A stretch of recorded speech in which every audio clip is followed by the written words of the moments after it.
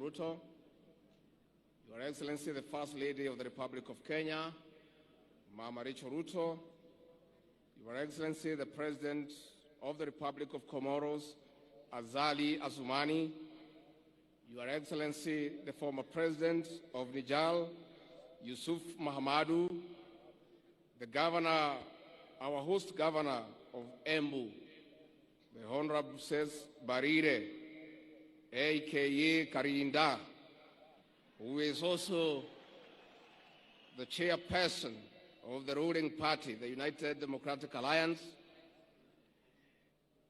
the Chief Justice and President of the Supreme Court, the Speakers of the National Assembly and the Senate, Cabinet Secretaries present, heads of mission, dear Kenyans. 60 years ago, Kenya attained internal self-rule after an armed struggle led by our gallant men and women. Our great nation has been on a prosperity trajectory despite challenges. Our future is promising, and for this, Your Excellency, we honor our freedom heroes and heroines. On this day, we honor Kenyans whose hard work continues to drive our nation towards a life of dignity. Our resolve to attain this dignity is unwavered.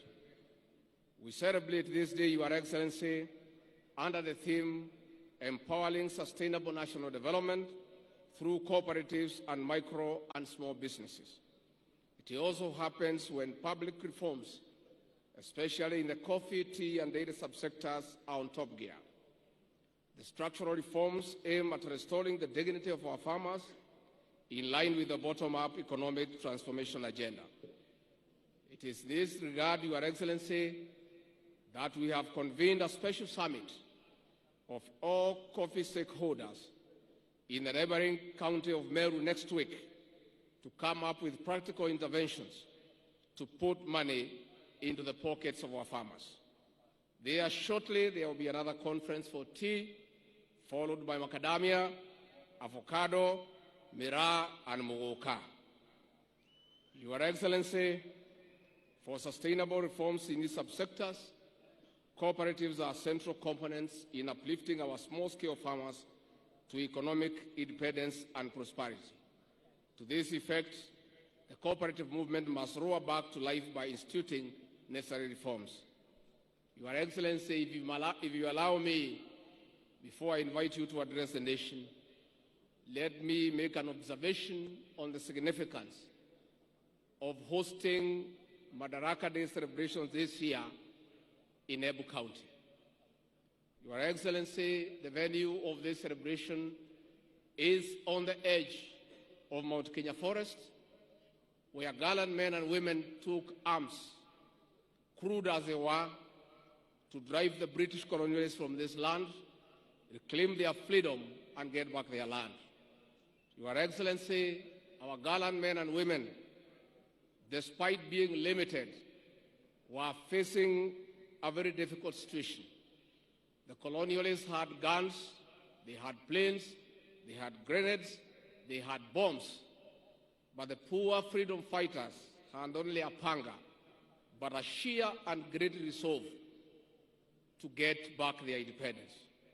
Your Excellency, your presence here is a reminder of that struggle. Destiny has placed you in a unique position to lead the final and the third liberation of this great country, the economic liberation of our people. Your Excellency, we want to encourage you. The measures that you have come up with to get back the economy of this country on track through prudent and pragmatic interventions is what will bring about the third liberation. Your Excellency, we want to encourage you that millions of Kenyans desirous of economic prosperity are fully behind you. We want to encourage you that many Kenyans, though quiet, have confidence that the measures you have come up with will improve the welfare of the Kenyan people. We want to urge all Kenyans to allow our president an opportunity to steer this country back to economic prosperity.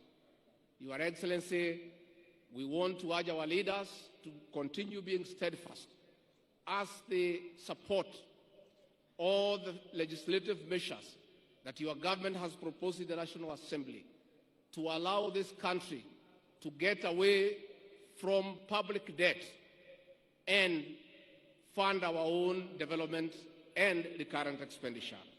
For that, Your Excellency, we want to assure you that the majority of Kenyans are behind you. Never mind our detractors. These detractors gave you no chance to succeed. As they see you making practical and pragmatic interventions, they are all over shouting and bringing a lot of propaganda, which is being enabled by the press. And we don't mind, because the press, as you all know, were part and parcel of the Azimio Brigade.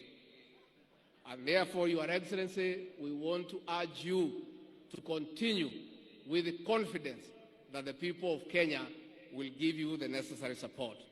It is now my humble pleasure and duty to welcome His Excellency President William Ruto, President of Kenya and Commander-in-Chief of the Defense Forces, to address the nation. Your Excellency.